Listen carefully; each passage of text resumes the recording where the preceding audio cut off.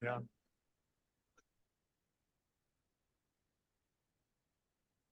Good morning.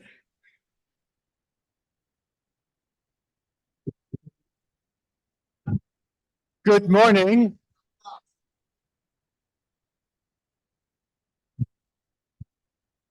Can you please come and sit down? Even with my loud Dutch voice, I'm struggling to get people to come and sit down, and so we can start the Brussels to the Bay event. Welcome to the Irish European Consulate General, to another event under the banner of Brussels to the Bay, to bring Brussels a little closer to Bay and to bring the Bay a little bit closer to Brussels. This week is DMA week. The Digital Markets Act will finally enter into application on Thursday, on the 7th of March. And so we thought it was timely to devote the Brussels to the Bay session to the Digital Markets Act, to unpacking the Digital Markets Act. I have a special relationship with the Digital Markets Act because before I came here, I was in Brussels director in DG Connect, and together with colleagues in DG Competition, we conceived the Digital Markets Act, and then of course we designed it and we negotiated it under the, of course, guidance of the commissioners Breton and Executive Vice President Vestager, and then we saw it adopted. So if you go back, we started in 2019, so some 5 years ago, made the proposal in December 2020, negotiated for about 15, 16 months and got an agreement in the Council and the Parliament in March of 2022. Then we had an implementation phase and designation of 6 gatekeepers last September. And here we are, beginning of March. And so finally, the Digital Markets Act enters into application. And as I said, I have a special relationship because I think it will be bringing quite a fundamental change to the digital ecosystems that, like, we've become used to.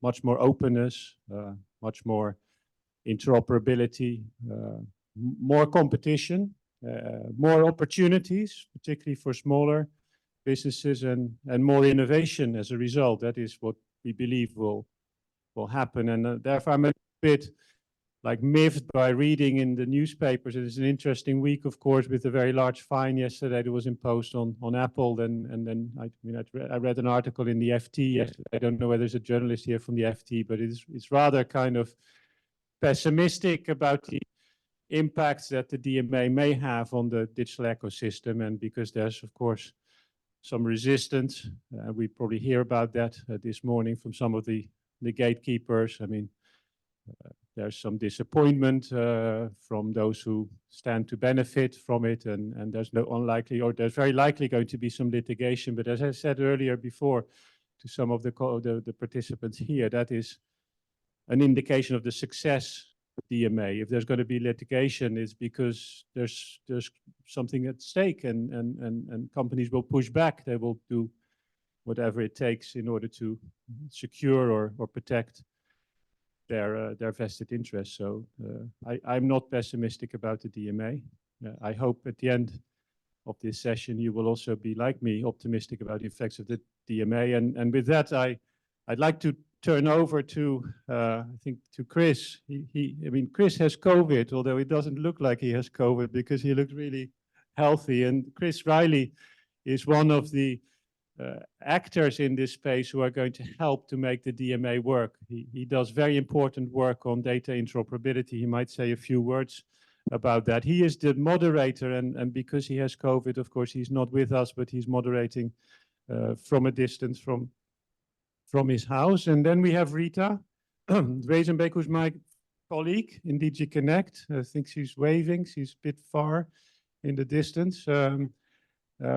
Together with a colleague, Dennis Paras, also from DG Connect, and they are kind of leading the work on the Digital Markets Act and working very closely with DG competition. So I'm going to hand over to Chris, and he will introduce then also the other members of the panel. And very grateful that they are here with us today, and I'm looking forward to a very lively discussion.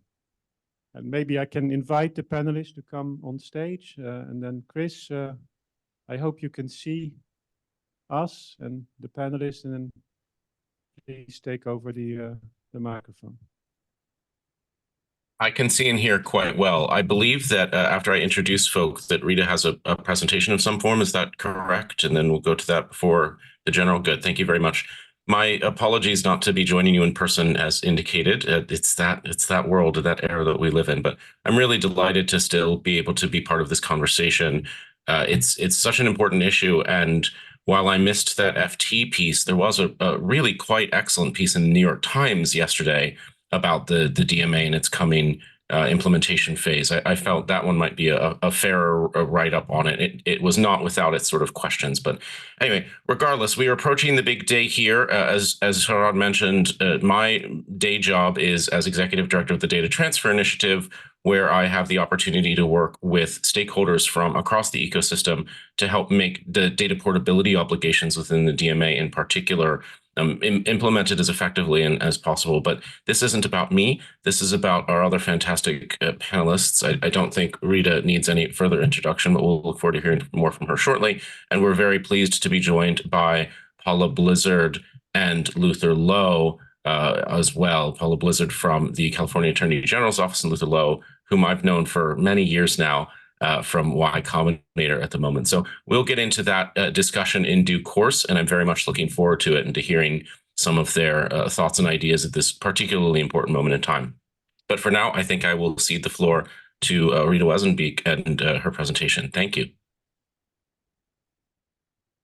Yes, thank you very much, Chris, for introducing me in spite of your condition. And also thank you very much, Gerard, for inviting us to bring Brussels to the Bay. And I'm really sorry that I can't be in the Bay. That's probably a much nicer environment than the gray Brussels right now. But anyway, very good to see you. So also thank you for organizing this event. It's, of course, very timely in the sense that we are moving towards Compliance Day in 2 days. This also means that the colleagues and I have been extremely busy going from meeting to meeting. So unfortunately, I was not able to prepare this presentation in much detail, but I thought we would just tell you what we are doing right now and what we expect of the consequences. And it's very good to know that we have probably many companies, US and European, who are very interested in the possibilities to build on the DMA. Also some gatekeepers, I understand. And I would be very happy to engage in a discussion indeed on what the beneficiaries expect and what the gatekeepers feel they can offer and what their constraints are. So we would then go to the first slide in which I set the stage in the sense that I would quickly recap what the DMA, the Digital Markets Act, is really about. And it is about ensuring that digital gatekeepers behave fairly and also to ensure that contestability exists for those digital markets. And in fact, the DMA, as I think everybody knows very well, addresses the fact that there's a limited number of gatekeepers platforms who act increasingly as such a gatekeeper for others. So in these online platform markets, the level of concentration of economic power is unprecedented.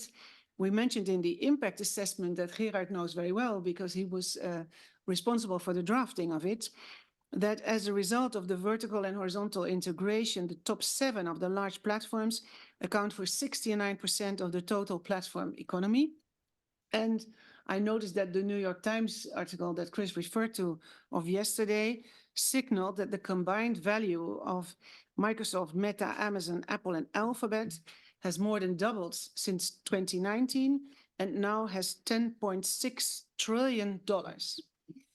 So on the basis of their extreme scale economies, zero marginal costs, strong network effects, the effects of the data collection, these gatekeepers can, of course, substantially undermine contestability of markets, and they also are sometimes brought to unfair practices because of their sheer size.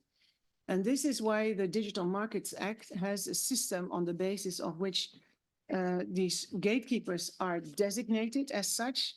And if they are designated, they fall under the law. And the law subsequently has a whole list of do's and don'ts. And it's a bit those do's and don'ts that we thought we would discuss today, to be as practical as possible on the consequences this has for gatekeepers, but also for companies who want to be the beneficiaries of this. Now, you probably know that in September, we have designated 6 gatekeepers and 22 of their core platform services. And their deadline to comply is effectively the 7th of March. Now, no need to go over all the definitions. Essentially, these platforms were designated as a gateway if they had a significant effect on the internal market, if they were an important gateway between business users on the one hand and end users on the other hand, and if they had an entrenched position. And that was presumed to be the case if they met certain quantitative thresholds. And an important element of that was, for instance, that they had more than 45 million end users in the European Union. And the ones who have been designated that you see on screen, in general, considerably exceed that number. So that means that many Europeans are making use of their services on a daily basis. Now, what's then the consequence? If you can go to the, I think it's the previous slide, Dennis. So this means that the consequence is that this legislation aims at making the markets more contestable and fair, which means that they have these ex ante obligations that are listed in the legislation.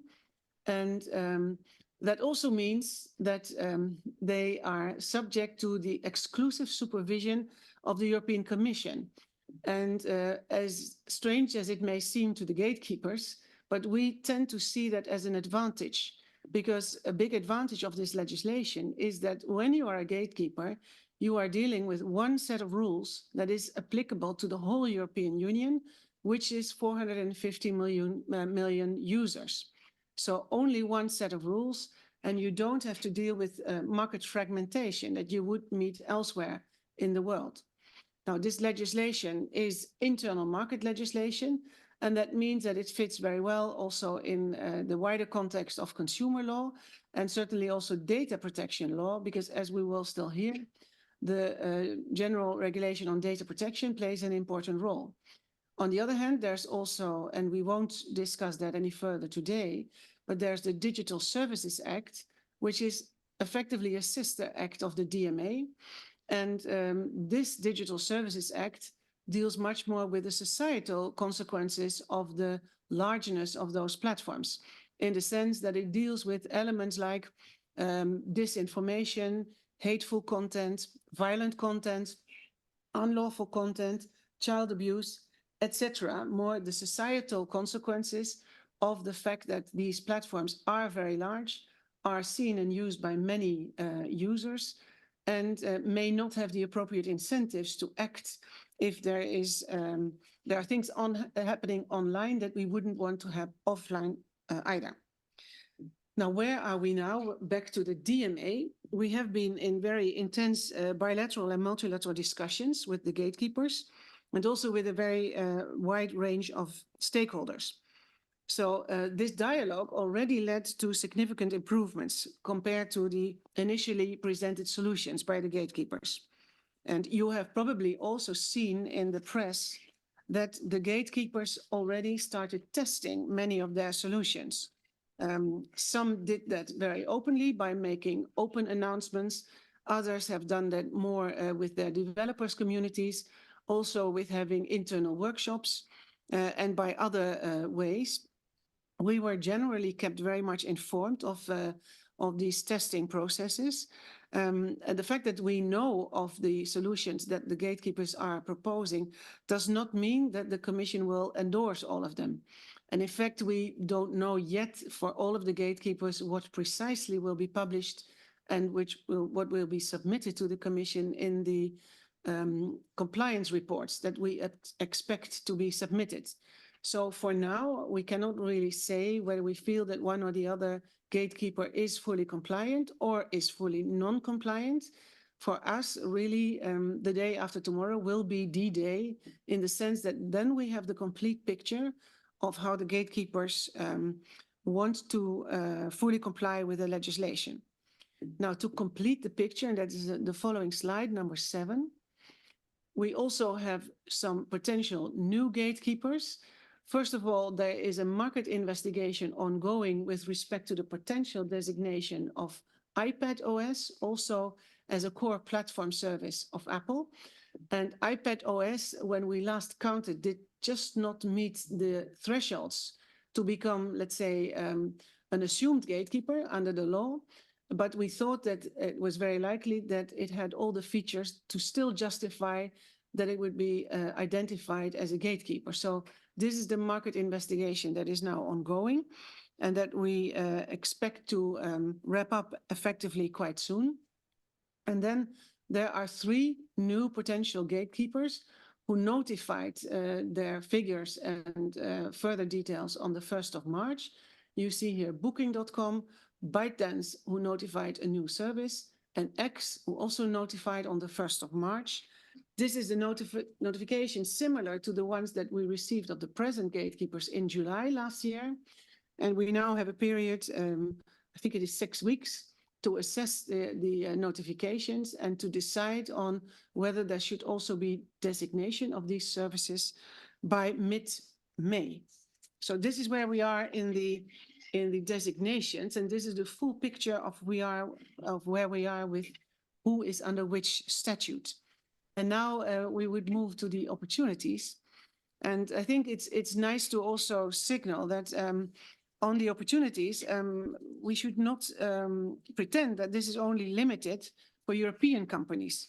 Actually, the territorial effect of the legislation of the DMA is such that it is focused, of course, on the users in the European Union. But that doesn't mean that it doesn't affect, to begin with, gatekeepers who are established outside of the European Union. As you know, the gatekeepers that have currently been designated are established outside the European Union, be it in the US or be it in China. But also, companies from around the world can rely on these contestable markets in the EU by offering services on the basis of the opportunities that the DMA offers. So that means that we are, in a sense, geographically neutral, and also companies from third countries can use the DMA to offer new and innovative services to European citizens on the basis of the openings that are created by the DMA. And by way of example, and we will go over that, a US company may provide, for instance, an alternative app store on iOS or Android OS to the EU users. And a US company may want to benefit from data access provisions in Article 610 of the DMA by asking for such access to the extent that it provides services to users in the EU. And these are just examples. So then we wanted to discuss a number of the provisions in the DMA that explicitly offer such business opportunities for third-party undertakings. And the first thing to discuss would be the data portability provisions, which basically allow users, both so end users, to port their data elsewhere. And this is Article 6.9. And Article 6.10 would enable, or is enabling, business users to also have free of charge, effective and real-time access to aggregated and non-aggregated data that is generated by their services on the platform. So what does this now mean? The idea is that this promotes multi-homing and user switching. So if I'm a user on one of the platforms, I may want to allow a third provider to offer me certain services on the basis of the data that I generate with my activities on this platform. So it would create new business opportunities. In the same way, business users would be able to access the data that are generated by their users on the relevant platform and use that also to improve their services. Now, it is not, of course, without limitations, and I'm looking a bit on where I have my notes. So, yeah, examples would, for instance, be, and then we become very concrete, if a streaming service would offer end users a discount on their subscription in exchange for the end user's consent to access their YouTube data, which may be of very informative value to this streaming service. Or a bank could say, I offer my end users a discount on their loan in exchange for their user consent to access data that shows, for instance, their spending pattern. So, of course, this is all, and that needs to be very much emphasized, subject to the user choosing that and to the user giving consent to offering such data to third parties. Now, sometimes the third parties will have very much enough if they get aggregated data, and it will not be necessary to have personal data. But if they need personal data, then it's very important that the user is aware, makes a conscious choice, and also gives his or her consent to the transfer of such data. This shows, as I was mentioning before, the importance of the European General Regulation on Data Protection, which is effectively one of the, let's say, the golden threads that runs through the whole DMA. Nothing happens on the basis of the DMA without the user giving consent for the portability and transfer of data. So that's the data portability.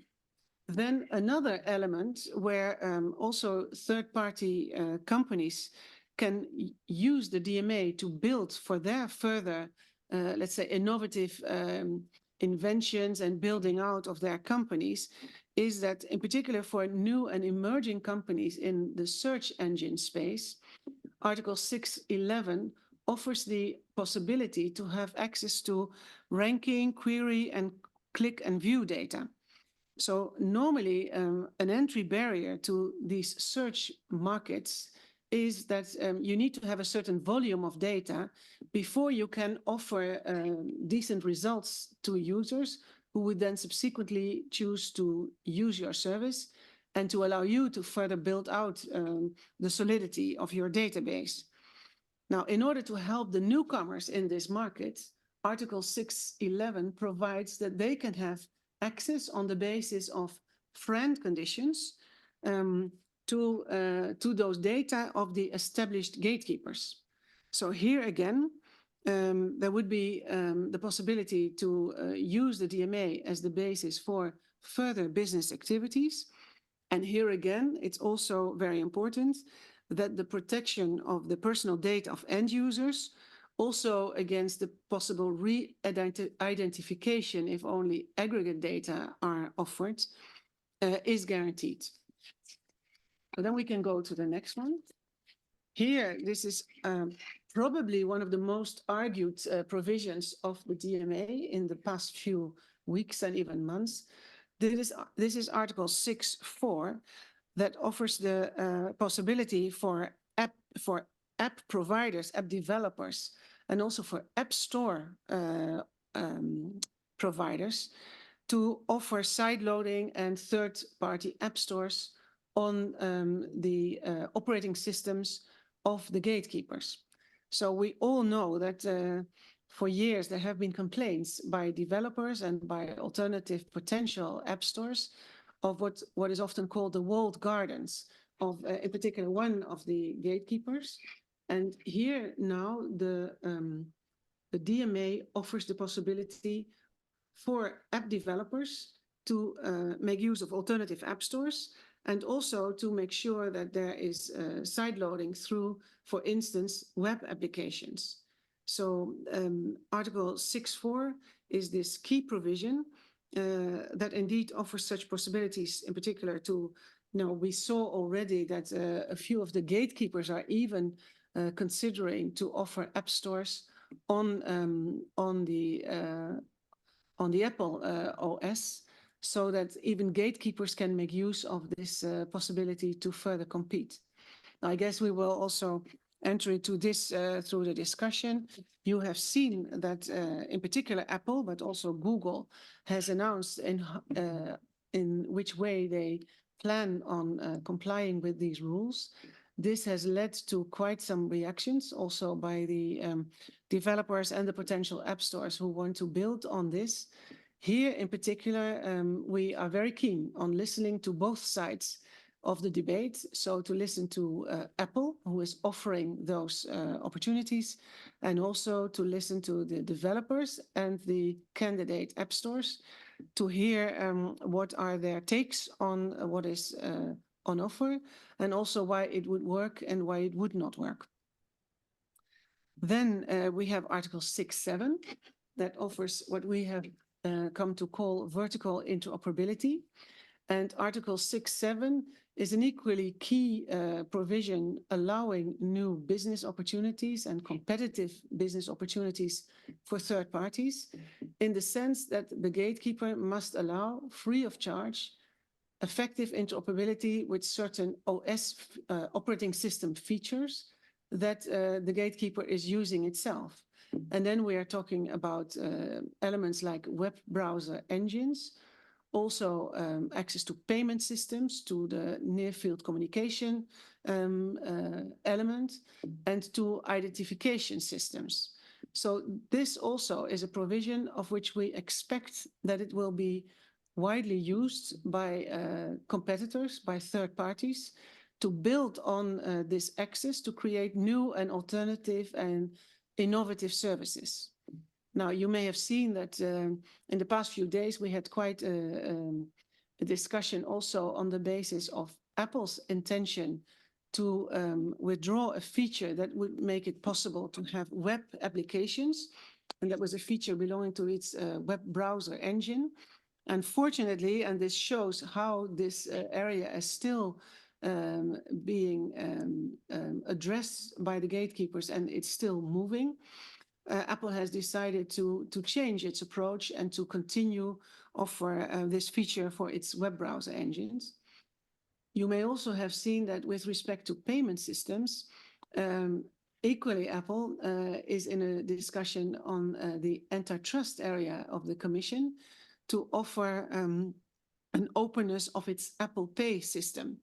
And this is actually something that comes very close to what Article 6.7 also wants to achieve. And we would hope and expect that this will result in not only the antitrust provision, but also Article 6.7 will result in a further use of the near-field antenna, also for other players than only Apple Pay. And the same applies with respect to identification services.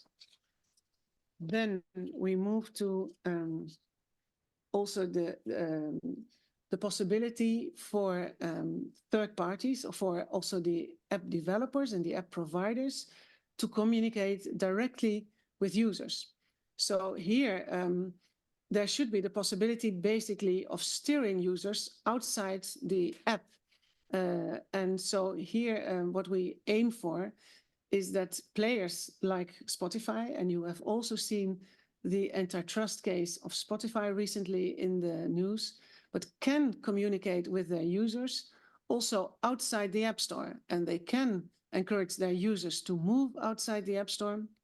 And they can also establish the relationship with their users outside the App Store. So, and all of that should be free of charge.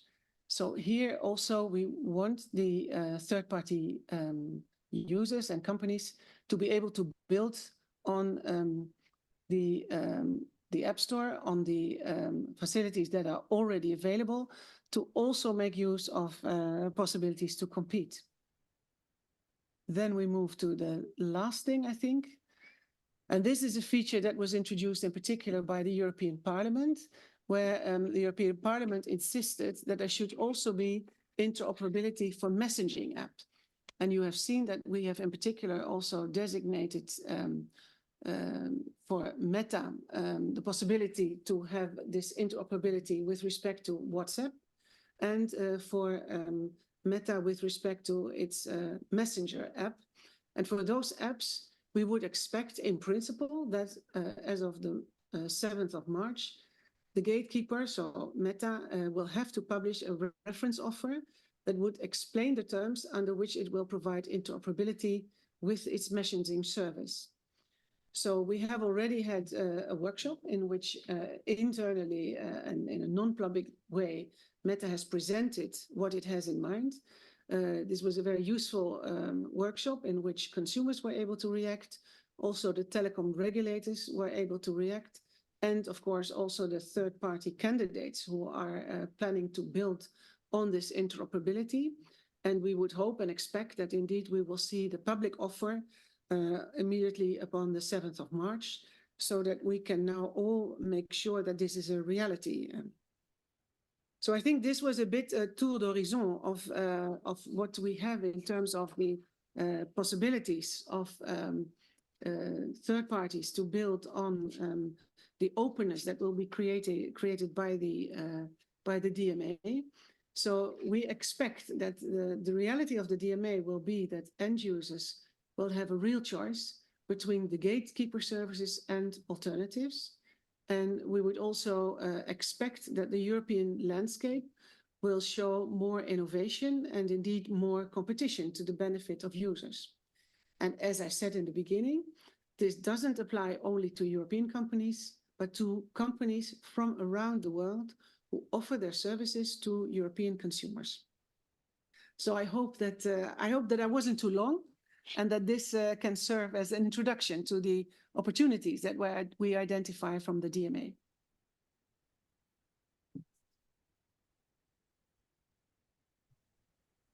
I'll jump in now. Thank you, Rita, for that excellent overview, including the context here, how the DMA fits into the context of the DSA and antitrust law.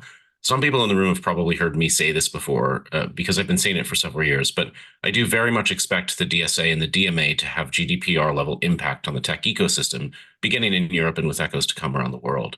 I wanted to highlight one more point Rita emphasized, which was around coordination. This is something that I have been highlighting, that my organization DTI has been highlighting, including last week, we had a data transfer summit in Washington, DC. Really, the level of coordination and collaboration that we've been seeing in the build up to this effective date has been, I would say, inspiring. And from that perspective, I'm excited for the conversations and the collaborations that will continue, beginning with this very panel, I would say. Rita, I know you've just been giving us that fantastic presentation, but if I could turn to you for our sort of first question to begin the discussion. You've said some bits of this, but can you help draw out some more ways in which companies that are relying on gatekeepers, that they can benefit from the DMA? Just a couple of other thoughts or ideas or examples on these kinds of benefit for companies relying on the gatekeepers. Well, indeed, one of the examples that I was already mentioning are the smaller search companies who can certainly now build on the possibilities of have the friend access to the search results. Let's say other examples are clearly that what we would hope to see is that all the app developers have the possibility to have their own choice, for instance, for the in-app payment systems, so that they can make their own choice to have competitive systems and thereby end up with better offers than they feel they are getting now within the in-app payment system that is currently offered by Apple and also by Google. And so that they can improve in the services that they can also offer to their customers. Certainly, we would also hope to see, for instance, alternative app stores. That could be general app stores, but it could also be very specific app stores. And one of the clear examples that comes to mind would be an app store that is focusing on gaming, but there could also be very much other topic-focused app stores that could start to build on this. Now, let me see. I'm happy to take it back from you if you'd like. I thought that was extremely helpful and specific. Okay, very good. Please. Yes. It sets us up very well for my next question, which is for Luther. We have a question in the Zoom chat, which is very much in the same vein. As Rita noted, companies outside the EU can offer services within the EU and take advantage of some of these opportunities that way. Luther and others, please feel free to jump in after. What do you see as the opportunities for innovation unlocked by the DMA? Wearing your hat at Y Combinator, I think you have a very good sort of lens onto some of the earliest stages innovations that we see in the market. And related to that, where will these benefits be felt? This is one of the hard questions, and it's why I wanted to get into it early. Are we going to see US investment capital going more to European startups? Will it still go as much as it has been to US startups, but they'll be looking more at EU markets? Do you think some of those benefits will already be felt outside the borders of the EU? Bit of an open-ended question, Luther, but would love your thoughts. Sure. And hi, Chris. Sorry you're not feeling well. So I think that the benefits, the potential benefits for innovation, I'd say, with respect to the DMA, I'm cautiously optimistic. You know, we've sort of been, we're at this like great crescendo. It's about to go into full effect in a day or so, and the thing that makes me a bit more cautious is it's really kind of a view that's formed over the last handful of weeks as we've begun to see Apple and Google's announcements for how it intends to comply with the DMA. And I think that we see, you know, from Apple, for example, I would agree with what Epic's CEO, Tim Sweeney, said with respect to kind of malicious compliance. And with Google, there's already been some independent studies of the screens that are running live now. If you do local searches from Google IP addresses or from a European IP address, the amount of traffic going to Google secondary pages, like post DMA implementation, is actually higher than going to third-party services and the web. And so that's not good. We need, so I think my optimism, I'm still optimistic and hopeful, and I'm very excited about the DMA and its potential for unlocking innovation. But I think the litigation should be ready to go as soon as March 8th, honestly, because I think these guys are going to fight over every inch. And that is very connected to the question of how much is this going to unlock innovation? You know, there's been another, you know, setback on the interoperability question in the form, you know, Y Combinator has a company that creates sort of interoperable messaging. And, you know, in the United States, I understand that the sort of blue bubble, green bubble issue is a lot more prominent. The iOS share overall and iMessage share in Europe is comparatively lower. However, you know, the ability for an Android phone to interoperate with iMessage users could present a competitive threat to WhatsApp's dominance within Europe. And so I think, you know, it probably, you know, I know that this founder was disappointed in the, you know, designation of iMessages not kind of falling under the criteria under Article 7. And I mean, this is somebody who had told me, you know, 6 months ago, he was very open to re-domiciling his company in Europe based on sort of the optimism that was, this optimism that was being discussed around the DMA. So it's TBD. I think it's going to be a function of the swiftness of the prosecutions that come when we're kind of fully live on March 7th.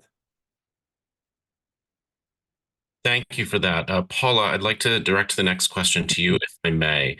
The US is obviously in a different place here. The leading wave of intervention is coming from antitrust lawsuits, including California being quite a significant player in this.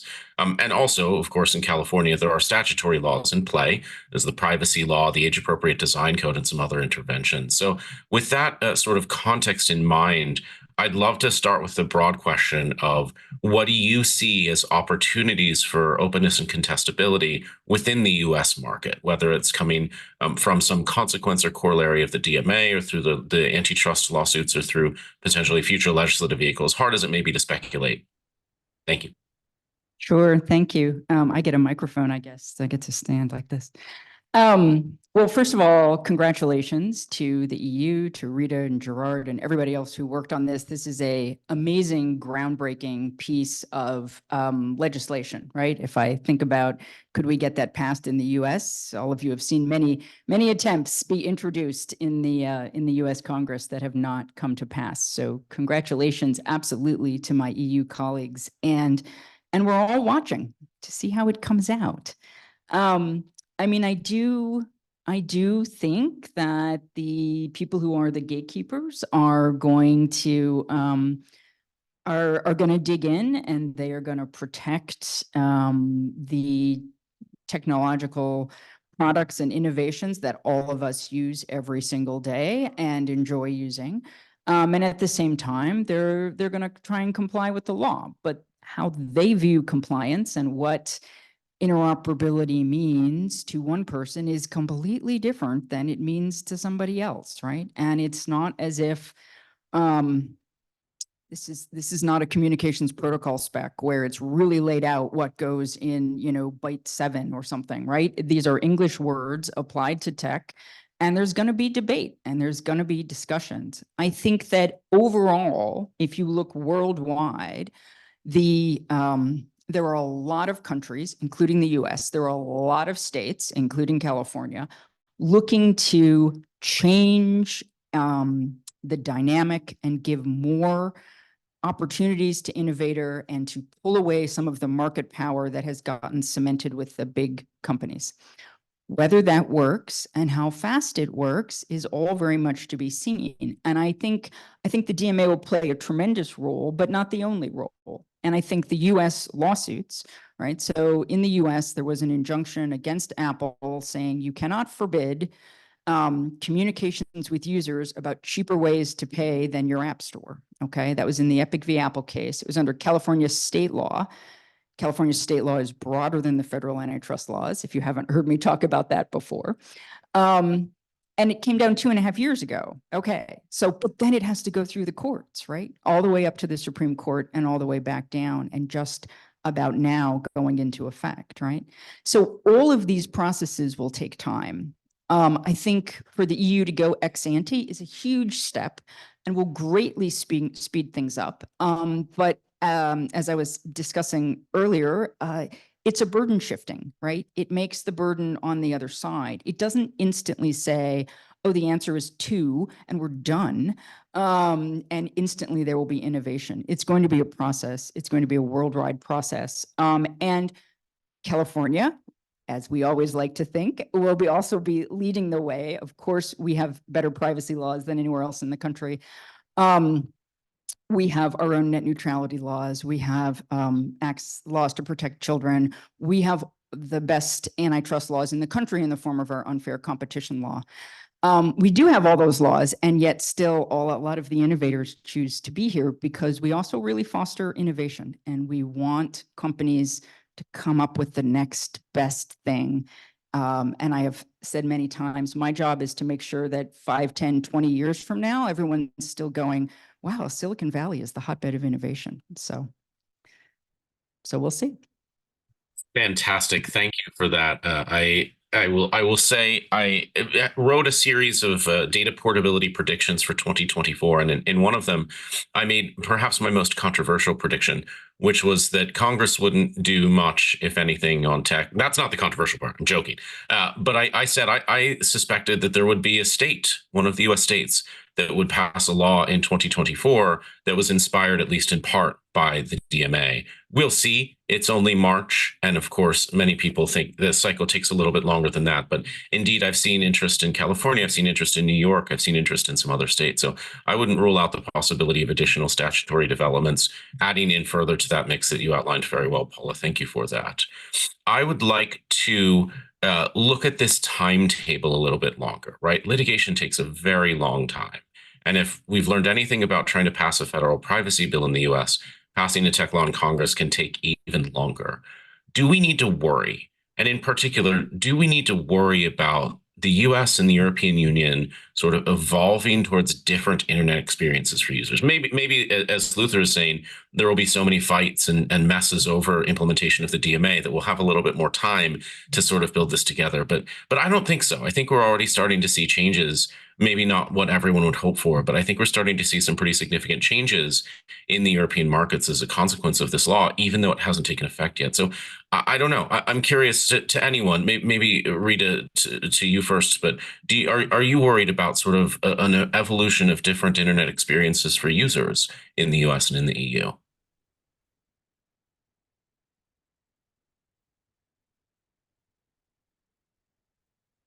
Rita, please unmute. Hang on. Thank you.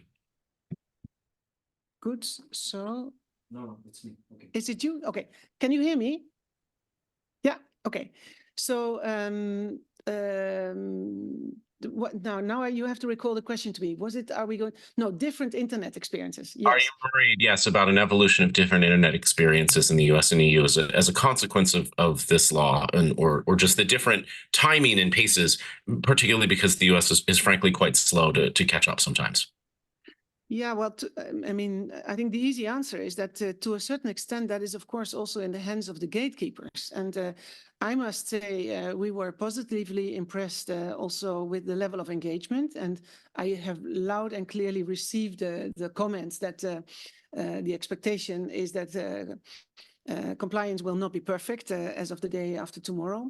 But we have seen from the beginning that there was serious engagement, serious engineering also going on, coming really with solutions, which again may not be perfect, but there are changes taking place already, and we want to see those changes going even further. But the point I wanted to make is that, you know, if the gatekeepers go through all these troubles, I mean, it could very well be that these solutions turn out to be also very much worthy of extending them further than only Europe. I could also imagine that consumers outside Europe will say, well, if you can offer this in Europe, why don't you offer it to me in terms of additional choice elsewhere in the world? So one could expect or hope that this will be an inspiration also from the perspective of the platforms themselves to expand these users. We hope that the legislation will be such a success that it will also be followed up elsewhere in the world. I mean, as our commissioner said, we are not evangelists, so we're not there to convert people. But if it is successful, there's no harm in this being further seen as an inspiration. But so I'm not sure that there should be different internet experiences. It can be an inspiration. After all, change needs to come from somewhere. With respect to the speed of changes, I would indeed very much endorse what Paula was saying, that of course this will generate debate. Of course, it will also generate litigation. We have some inbuilt mechanisms in the law that are really aimed at you know, not dragging our feet and coming to quick solutions. One element is that we have a quicker process for access to the file if that is needed than under the classic antitrust law. We also have the possibilities of giving specification orders to really indicate what we as the Commission would want to see in the terms of implementation. So there are inbuilt mechanisms to operate fast, because that was an important driving element of this legislation. And maybe to draw it back to where we are now. I mean, right now, as I said, we are expecting the reports to be issued. We will carefully study those, but we also don't want to lose too much time in making the real assessment. And one of the elements with which we want to accelerate the feedback and input by third parties is that there will be workshops by all the gatekeepers in which they are asked to present their compliance reports, and in which third parties are invited to comment on how they see compliance. So to us, that has two advantages. One is to have a quick round of feedback. And the second, and that is at least as important, is to try and make the input and feedback and also the presentation of the report as facts-based as possible. Because right now there are many opinions and even emotions in the market and in the debate. But what we really want to see is both on the side of the gatekeeper and on the side of the third parties who are standing to benefit from the openness created by the law, that the arguments are fact-based, that they are controllable, that there's real data that are underpinning the arguments, so that we can come to a quick assessment of what is now effective implementation. So that was a lot for one answer. No, it was fantastic. Thank you for that. And just to give a preview, those compliance workshops start on March 18th, and all 6 designated gatekeepers are coming up. So be sure to check those out. I wanted to see if I could invite Luther or Paula if they have any thoughts on this question of whether we need to be worried about sort of divergent internet experiences coming about over the coming months and potentially years. I'm excited about the divergent internet experiences, frankly, because I think if we actually have truly divergent experiences for consumers, then it means that the DMA is working properly. And I mean that in the sense that we have an experience. I'm describing a scenario in which complainants and the smaller players are saying, yes, this is acceptable. This is not malicious compliance. This is within the bounds of what the DMA spirit kind of intends. And if that produces a situation in which European consumers and small businesses are enjoying greater protections and more interoperability and all the benefits that come with that, I am very excited by that sort of divergence in experience, because it's not going to be very long after that until you're going to have sort of Amy Klobuchar holding up an iPhone with a VPN logged into Europe, doing local searches for, Minnesota pediatricians, or, with a VPN showing screenshots of the Apple experience in Europe, and saying to Tim Cook and Sundar Pichai on the witness stand, why are Minnesota consumers not getting these same benefits? And so I hope we get there. I really, I'm very, I'm rooting for the DMA, and I want it to work, because I think if we can produce that kind of dissonance between the two jurisdictions, then it's going to put an immense amount of political pressure on the U.S. to get its act together. Now, the open question is like, while you've got these big tech trials going through, US v. Google as an example, lots of third-party analysts were sitting on the sidelines, I think, going into it saying, Google is going to clean the DOJ's clock here. It's Google, come on. And then by the end of it, I think most people were predicting, oh, wow, I think Google's going to lose this thing. And so what does that look like from a sort of a remedy standpoint? How fast does that move? You could see situations in which some of those forcing mechanisms result in user experiences in the US. And so it's a little bit of a race to see who can kind of produce the best user experience. But I think there is going to be symbiotic pressure regardless of who comes out first. Can I add a few things? Yeah. Okay. Thank you. So one of the things the DMA is really going to benefit, how it's going to benefit other countries, is every time one of these tech companies is, I have an open investigation, we're looking at something, and they come into me and they bring their engineers and they say with a whole lot of hand waving, oh, it can't be done, can't be done.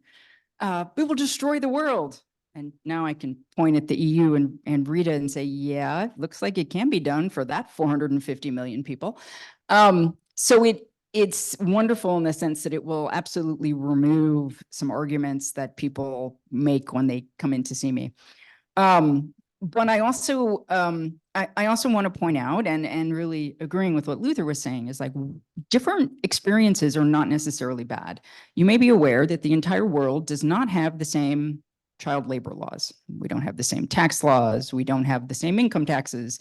We don't have workplace safety rules that are all the same. A lot of things that affect the products that you buy every day are not in fact the same all over the world. And you can have very different experiences if you travel around the world. Okay. So tech may end up sort of like that, right? Okay. I also want to point out that we've heard this argument before.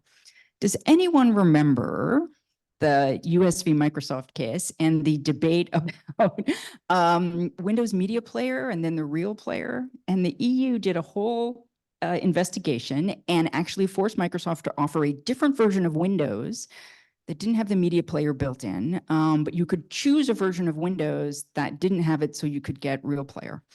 And most of the people in the audience are too young to remember this, and they're looking at me strangely.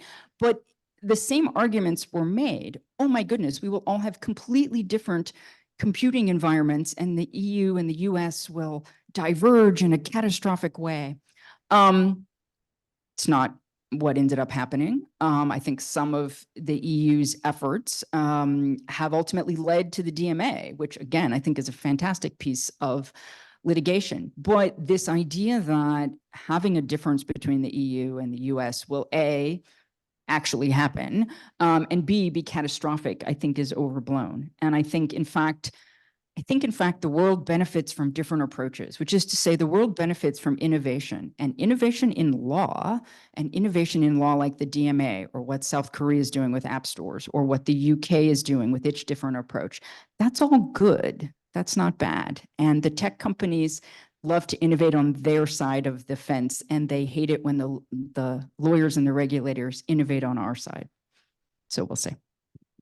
A lot of very good points in there. I must say the sort of global open internet champion in me hopes that we don't have any sort of persistent differences in user experience in major democratic environments. But I think your point about encouraging innovation in the sort of regulatory sense as well as the technological is so important, right? So important for us to learn, to see what happens, and then to sort of take lessons back and bring them here. I mean, whether laws pass or not, market pressure in the United States is also a pretty powerful thing. And if American internet users and consumers are looking over at some of the opportunities and benefits that this is bringing around, you know, pressure works in a lot of different ways. And I tend to think that there will be a lot of possible echoes, if you don't mind me sort of opining a little bit, taking the moderator's prerogative here. But I think these are all incredibly good points, and thank you for raising them. I'm going to use this to segue into another point about collaboration here, right? So the work that we've been doing in data portability at DTI, I think, has really brought home the challenges and opportunities for DMA implementation ahead of us, right? Even the law on its face says certain of its obligations are subject to further specification, right? The DMA needs more work, and needs more work that we can do together to work out all of the technical details in between the letter of the law and the practices that really get implemented. But as we say in California, I would call this a feature, not a bug, right? When you fully specify a law, things break, it becomes fragile.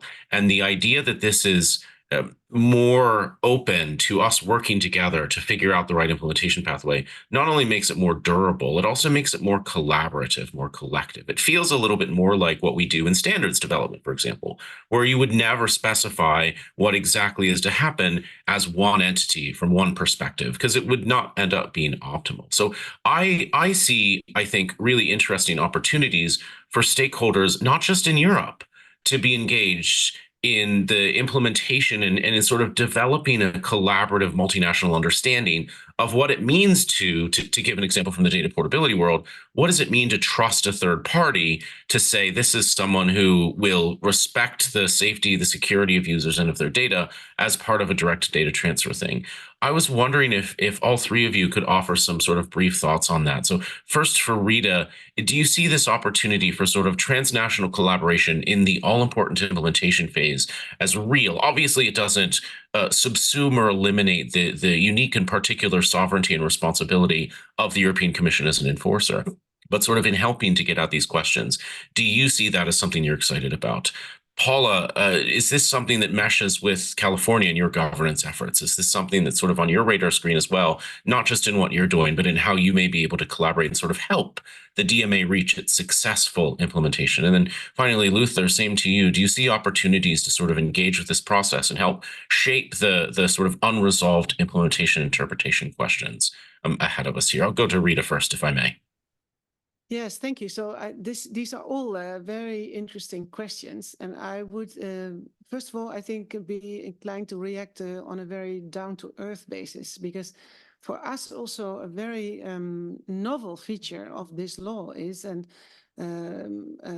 I have spent quite a number of years working in competition enforcement policy, but a novel element is that Here we find ourselves discussing and negotiating with 6 gatekeepers at the same time for effectively 22 services, which means to begin with that we can compare what they are offering, and they will be able to compare also what the others are offering. And at the same time, there will be a number of common issues to address. Now, we certainly are not prescribing any business models. We are not prescribing any model that gatekeepers must follow, but there are certainly common, let's say, standardization or issues to be solved in terms of interoperability, portability. I mean, how do you ask consent, for instance, of users? How do you ensure data protection? So there are common challenges, and I would not exclude at all that these gatekeepers will be inspired one by the other, or we will say there will be very good models to follow. So we will learn a lot on how the various gatekeepers are dealing with their challenges. That could lead to standardization exercises. That doesn't necessarily need to be the case. But to me, this is definitely a kind of experience that we could use also in our transnational dialogues, and to see whether the authorities there and the our counterparts would see the benefit of discussing this, and whether we can benefit from the way they are choosing their own avenue in this area. Thanks. Luther or Paula, any thoughts on sort of collaborating in the implementation and the sort of resolving of tricky, sometimes technical questions that lies ahead? Yeah, sure. I mean, we are full believers in collaborating with our foreign counterparts, with our other states, with our federal government. You know, I think there was a lot of room for discussion and a lot of room for coming to decisions. But at the same time, each of the states here in the United States and the federal government, as well as each of the European Union member states and the EU. I will point out that Germany has its own laws. France has its own laws. I will point out that the UK has a completely different system that they're proposing, right? So there is a lot of overlap, and I think there's overlap by design. The systems have been areas of overlapping laws and overlapping enforcement have been the backbone of competition law for literally hundreds of years, at least since here in California, since the 1850s, when our first unfair competition law went into effect. And the laws generally are incredibly broad, right? You shall not compete unfairly. What does that mean? You shall not restrain trade. What does that mean, right? It is the laws here in the US are incredibly broad, and then it all comes down to negotiation, discussion, and presentation to a court about what that actually means. I think the DMA is a tremendous experiment in flipping it the other way and laying out incredibly elaborate rules and a whole lot of specification and flipping the burden of proof. But I think at the end, then you're going to have a lot of that same discussion about what it means. And I think it's important for the regulators to talk. And I think we continue to do that and to watch how each of these companies is complying or will comply with all the laws that are going to be going into effect in the next couple of years. I would add, last week, Y Combinator hosted our first policy conference in Washington, where I'm based. Relatively new role, month 7 now, and the name of the event was Remedy Fest, and we had some of the European colleagues come in from Brussels, folks that are helping enforce the DMA. We had FTC Chair Lena Khan, we had Senator Elizabeth Warren, Senator J.D. Vance. So it was a good group. And normally, like I feel like I've been to probably like a few dozen antitrust / regulatory conferences where it's just the policymakers talking to themselves. But the thing that made Remedy Fest a little bit different was we had 8 technology demos. So in between sort of like Elizabeth Warren and J.D. Vance, we had somebody from Beeper who creates interoperable chat, or another Y Combinator company that works on lyrics, and there's all these really interesting like technologists who spend their day either like shipping code or focused on like where the pixel goes in the UX. And I think having those folks in the conversation is so vital because right now it feels like there's a lot of kind of vague sort of hand wavy directives when it comes to either like, you know, crafting a remedy if you're a judge that's decided a gatekeeper is guilty of what they've been accused of by the DOJ or FTC, or you're trying to like get Apple to, you know, not create this sort of alternative ecosystem that nobody's going to opt into, right? And so the Remedy Fest really was all about show, don't tell. And I hope that we can host more events like that and do more to kind of, really my role is all about kind of building a bridge between Silicon Valley and Washington, Silicon Valley and Brussels, to make sure that the people that are on the front lines of this technology development are part of the conversation and are helping guide it. And I think that that's going to be so vital, you know, on both sides of the Atlantic. Thank you for that. Conscious of time, I think it would be a good time to see if there are questions from anyone in the room for our panelists. And then I'm monitoring the ones in the Zoom as well, so I'll queue those up. But let's go to the room first if anyone is patiently waiting there for their turn to ask a question.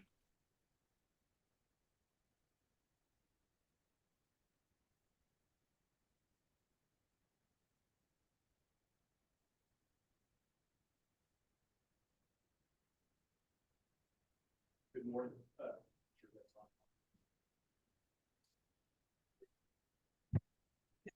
Good morning, everyone. Peter Leroy-Munoz with the Silicon Valley Leadership Group. We're a trade association representing a lot of innovation economy companies.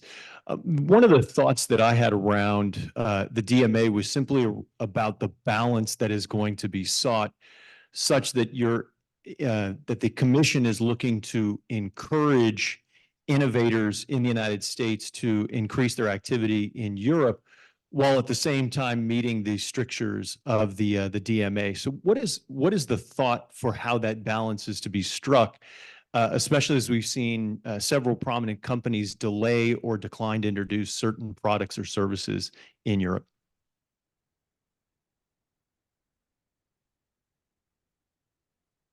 Open to all takers on that. I mean, I'll just quickly say, like, I've been encouraging people to think, because Y Combinator is more seed stage, and so we're not sort of representing the gatekeepers. We're about fighting for little tech, and I've been encouraging people to think opportunistically about the DMA.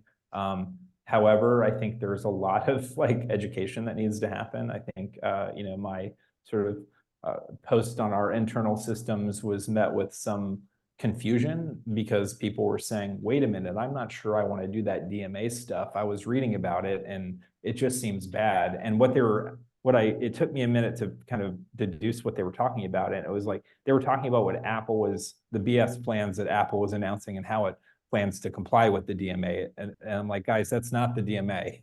And so that's why I think it's going to take some time for some of the opportunities to be unlocked. I hope that happens, but at least from kind of the early stage side, I think about it as purely kind of an opportunity thing.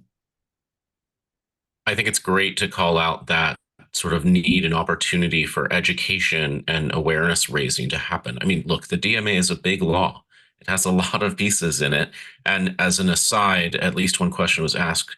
Rita's slides will be shared, can be shared, will be shared with people who registered for this. That has been asked. They are very good slides. So thank you for that.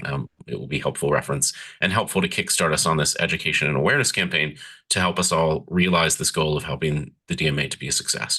I'm going to take one question from online, and it's a topic that we haven't actually talked much at all about somehow today: advertising. Article 611 under the DMA.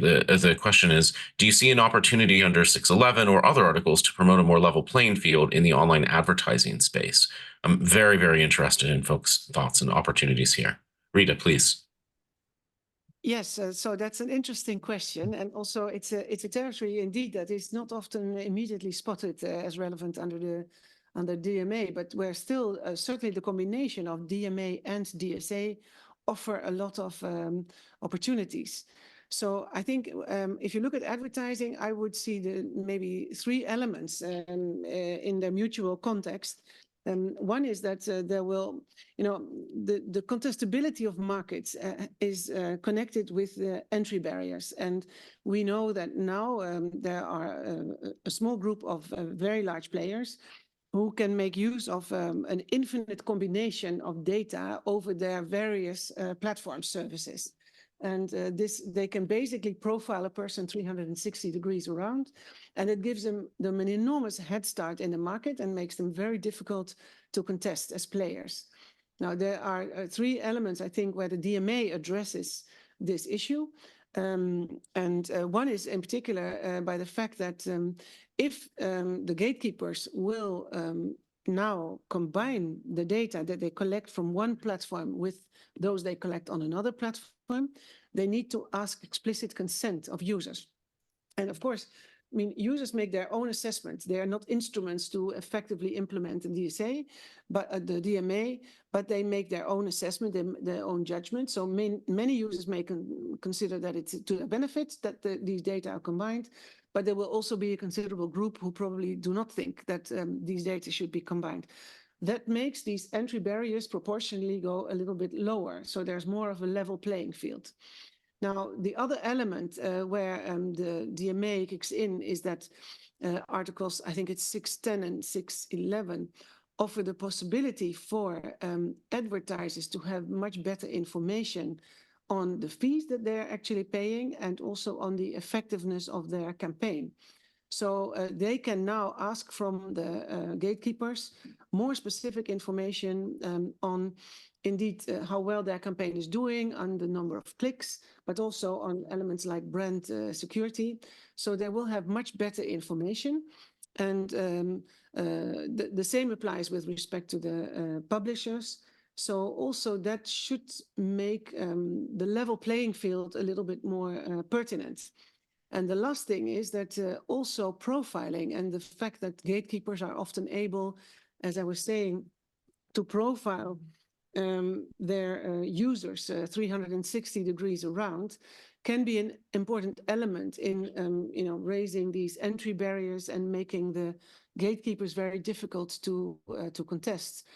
And on that, the good news is that also on the 7th of March, so this week, the gatekeepers have the obligation to submit to the Commission a report on their profiling techniques. And also there we have a template that actually is quite specific on what they are actually doing. And also this needs to be an audited report. So it needs to be certified that they have truthfully reflected on the ways they are profiling. So all of this should make this advertising element of the market a little bit more contestable. And then just maybe to put it in a wider perspective, these are all obligations that apply in a business-to-business world, so advertisers to platforms. But there's also the platforms to end users as well that is governed by the DSA. And the Digital Services Act also has quite a number of obligations that in the end make this market a little bit more transparent. And in particular, what it says is that there needs to be clarity when a platform is advertising on that it's advertising, what are the parameters that are used for the advertising, also how these parameters can be changed. And there needs to be an ad repository. So it needs to be clear who all is advertising on the platform at issue.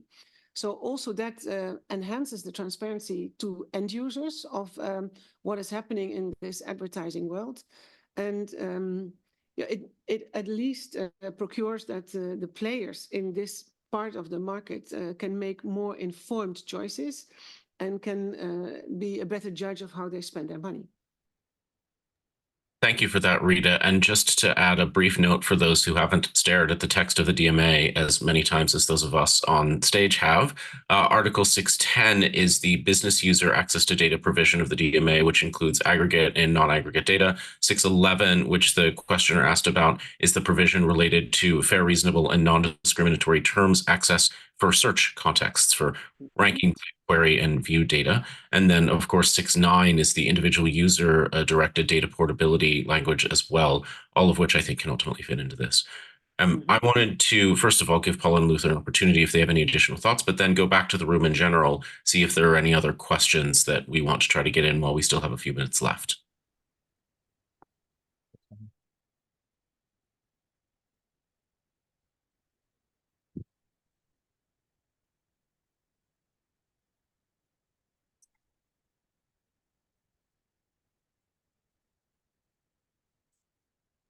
Hi, Mike Swift with MLAX. Question for Paula.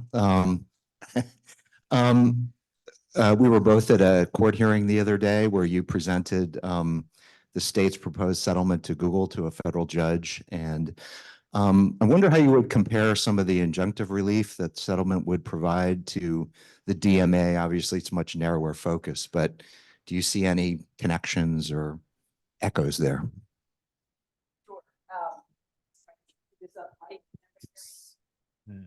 No. This place one. Okay, so so about a week ago, I presented to the judge here in San Francisco the settlement of the 53 attorneys general with Google about the Google Play Store. And so this was this is designed to open up the market for app distribution as well as in-app payments. And the settlement focuses on removing all of the restrictions and barriers that Google has put in to make it hard to have alternate app stores, to make it hard to tell users about other ways to pay, to make it harder to have alternate payment mechanisms built in. And people have different views on this. Some people think it's great and closer to some of the things the DMA will require or may be requiring. Others, certainly notably Tim Sweeney, CEO of Epic, says it's a complete disaster and all the attorneys general sold out in essence. Obviously, I'm on the former side, thinking that it's a very good settlement. And I think actually, if you look at the terms, it compares favorably, and one would say it may be doing much more than what Apple or Google have said they're going to do under the DMA. But the judge was a little critical of the settlement on Monday. So how that works out, I don't ultimately know. Just like we don't ultimately know what will happen under the DMA. And I think this is a good example of overlapping enforcement, overlapping jurisdiction, different approaches. Obviously in the US, we did a litigation, we did a settlement being a negotiated result with Google in that case. We were able to get consensus among all 50 states, DC, Puerto Rico, and the Virgin Islands, which is astounding in the United States these days to get that many AGs to agree on anything. You know, is somewhat similar to the way the fantastic DMA has brought together all of those countries and all those jurisdictions and come up with a result. And now we're all going to watch and see what happens. I think there may be very similar actions by Google in the US under our settlement as to what they're doing under the DMA, but we will wait and see because I don't think either of them are over yet. Thank you for that. I'm going to turn to the last question that I have from the Zoom chat, which is around geofencing or the building of technical systems to sort of create different experiences for the user based on where they're coming in from. It does seem like there will be some amount of that going on, to be sure. And the question is, how should small, innovative companies outside the EU in this world of potential geofencing and differential implementation, how should these smaller companies be looking at the options that are proposed to try to help get to a global and interoperable ecosystem where they can really reach users wherever they might be and offer services on this broader landscape? And again, this is it's a little bit broad, but would love to hear sort of a little bit more from Luther. So let's imagine that we're past some of these big fights and that the implementation is exactly what you would hope it to be. What would you then tell one of these smaller innovative companies, even if the implementation is only taking place in Europe? Invest in Europe. I mean, I think that that's the bottom line. You know, in my previous company, we invested $100 million in Europe, and it, you know, basically over a decade plus period, kind of it sort of slowly burned, set on fire. And I think right now the the fields are still salted. There's a lot of optimism and excitement about March 7th. And I think that the swiftness of getting through these sort of bad faith, malicious compliance proposals that we're seeing out of the gates is going to govern how quickly people can start investing in Europe and building teams and scaling there. So yeah. Thank you for that. I gather, yeah, go ahead, Paula, please.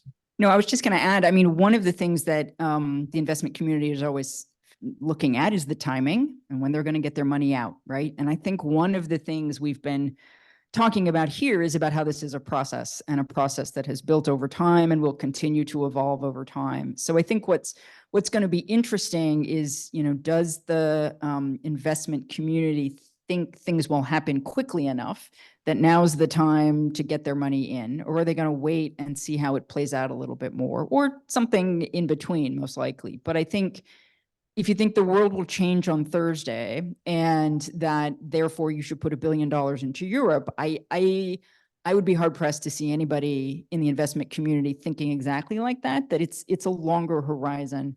And it's a little bit more wait and see right now. But yeah, tell me if I'm wrong. That was the hypothetical Chris giving me, is that Appreciated that. The world changes on Thursday. I have a magic wand where the DMA is doing what I think it wants to do. And that's already been sort of settled as a result of litigation. Yeah. Thank you for that. Is there more hands in the room? Are there? Let's go back to the room as we bounce back and forth between the online questions and the room questions. Thank you all.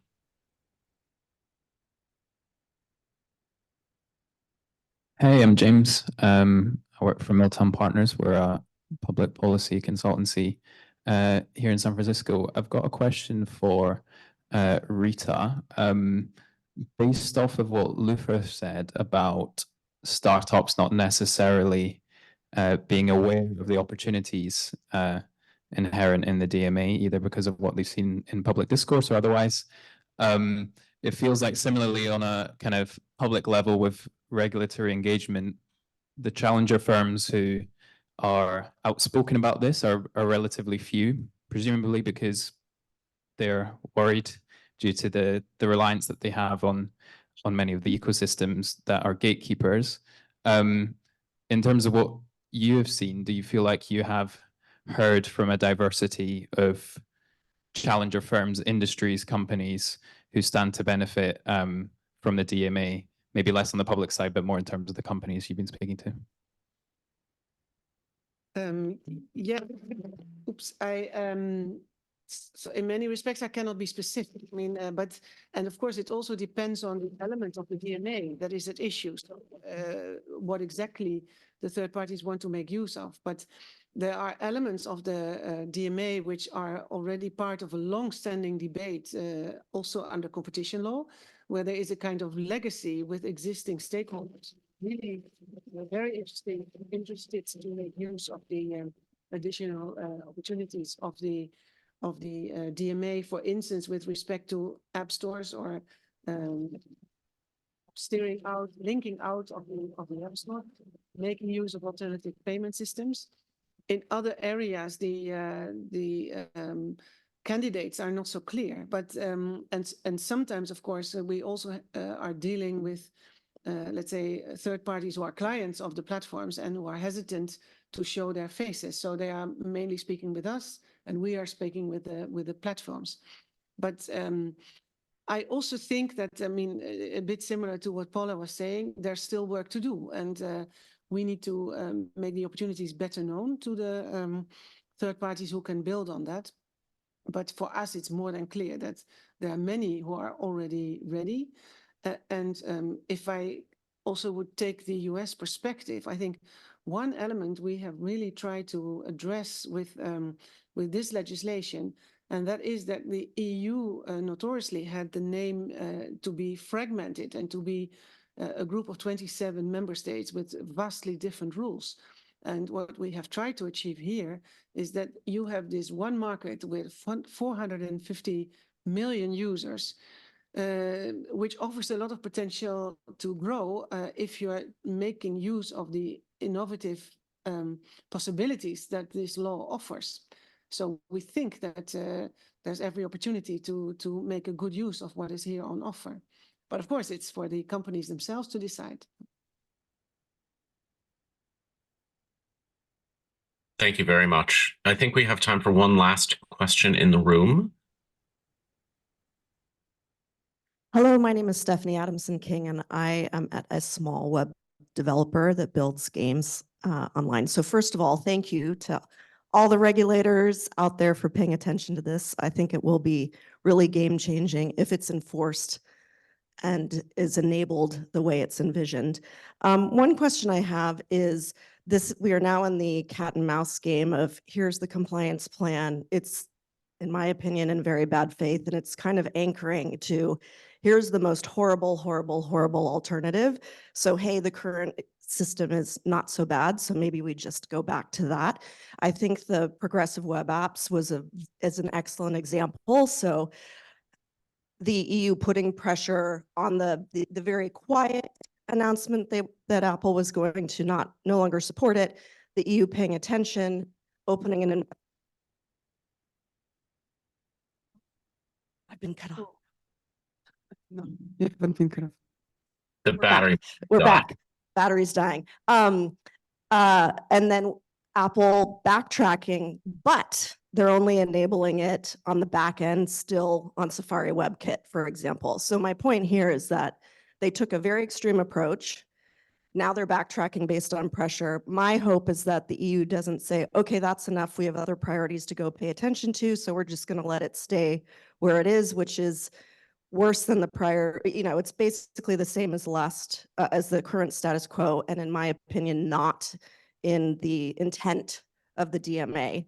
So I'm curious for the commission of how do you, with limited resources, continue very long back and forth and not end up in a position that really just cements the current status quo, but in a slightly different form. Mm-hmm. So thank you very much for the questions. Indeed, I think it's a very good example. And I mean, my take on this is to particularly welcome that Apple chose not to pursue its initial announcement to withdraw this feature, which would cause a lot of drama in the market for those who are making use of these web apps. So to begin with, that was a move that we welcome. We definitely think that also here, they need to be compliant with Article 6.7. And we would be in particular waiting for candidates to build on this interoperability who will manifest themselves. If then there would be issues which would make it particularly difficult or, how do you call it, dangerous from a security perspective for Apple to meet those interoperability requests, we will see what we can do. And it would probably require a discussion among the candidates to build on this and Apple, but we are determined that no is not an answer. And we should be able to find solutions in the discussion with the candidates for interoperability and the gatekeeper itself. So our firm intention is to indeed make this article work like the other articles. I just had a few, okay. Just had a few thoughts here at the end I wanted to add, which we hadn't talked about, which is the difference between, in the US, what we call conduct remedies versus structural remedies. And those of you who know what that means, a conduct remedy is you say, you will do X. You will not make your web store look like this, your app store. You will allow this interoperability. It takes oversight. It takes review. It takes a long time. It's very in the weeds. The alternative, broadly speaking in US antitrust law, is instead to favor structural remedies. And what that means is you change the structure of the market. So one of the options that the US governments, both the federal and the states, have that the Europeans don't, if all of this doesn't work, of course, are structural remedies, which is to say you could break some of these gatekeepers into pieces, because nothing promotes competition like having 5 companies where you only had one all competing for each other. So I think that's another, it's really a tool that the US regulators have that is deployed somewhat rarely, and we will wait and see what happens in a lot of these big cases. But it is certainly the ultimate big gun that we have in our shop that may be deployed in some of these cases. So we'll see. Thank you, Paula. I'd love to, while we are still wrapping up here, Luther and Rita, if you also have any final thoughts, anything you'd like to add that we didn't quite go into enough depth on. Maybe Luther first and then Rita to close us off. Thank you. Couple random things that sort of tie together some of the other questions. First, real quick, the Google announcements on its blog yesterday about its malicious compliance plans are ridiculous because they basically commingle entity units with sort of the aggregators. And I think, I'm a little in the weeds, but I think that is something that, if I haven't made the point enough today, it's like bring out the sticks, the big sticks, and bring them out quickly. I think that applies not only to the DMA, but also in antitrust enforcement settlements. Add a 0 to the number. That I think I would have given the same advice to Commissioner Vestager on the Spotify announcement yesterday.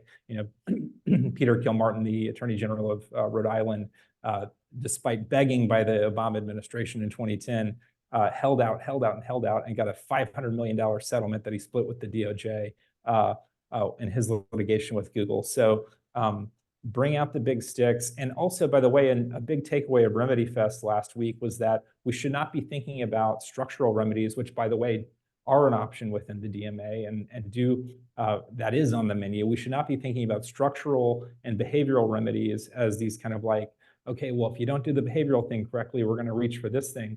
These are sort of neutral options.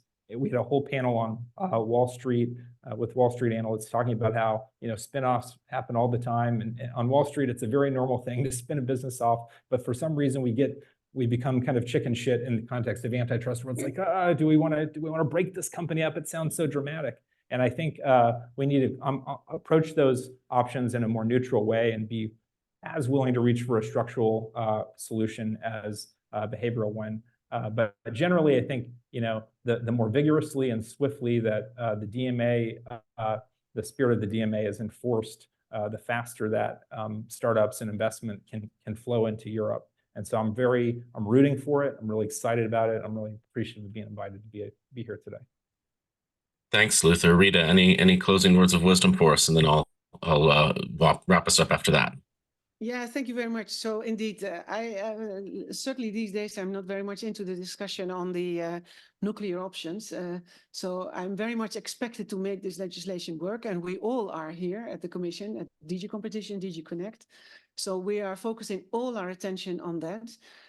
So we receive all the calls loud and clear, both from those who say that they are perfectly complying, and from those who say that compliance is by far not ready or optimal. I mean, I would call everybody to be fact-based, both the gatekeepers in their claims that they are compliant and also those who contest that, to come with as many facts and arguments why this is not the case. So that is really important. And then I would also say, I mean, I think part of the objective of this meeting was to clearly pass the message that also US companies are more than welcome to build on the openness that is created by the DMA and offer services to the citizens of Europe. And so I want to repeat that message. And I would really hope that to the extent that it's necessary, that more information is passed, more education, clarification, that you all find the way to our San Francisco office that is more than ready to help in that context. Thank you for that. +1, I think we're all here because we want the DMA to be a success. For my part, as I said in the beginning, I feel fairly optimistic. I'm focused on 6.9, as mentioned, the user personal data portability pieces, where we've already seen quite a fair bit of movement. But indeed, the road ahead is very long. Thank you all for being here, for being part of this conversation, for your contributions and your collaborations ahead to help this be a success. And I'll add to Rita's call for information, ideas. I very much believe that ideas and suggestions, the commission is open and listening to them. So please, I think, bring them all, if I may say. And I think many of us want to hear how we can work together to make this law a success. So can we get a round of applause for the panelists? Thank you very much.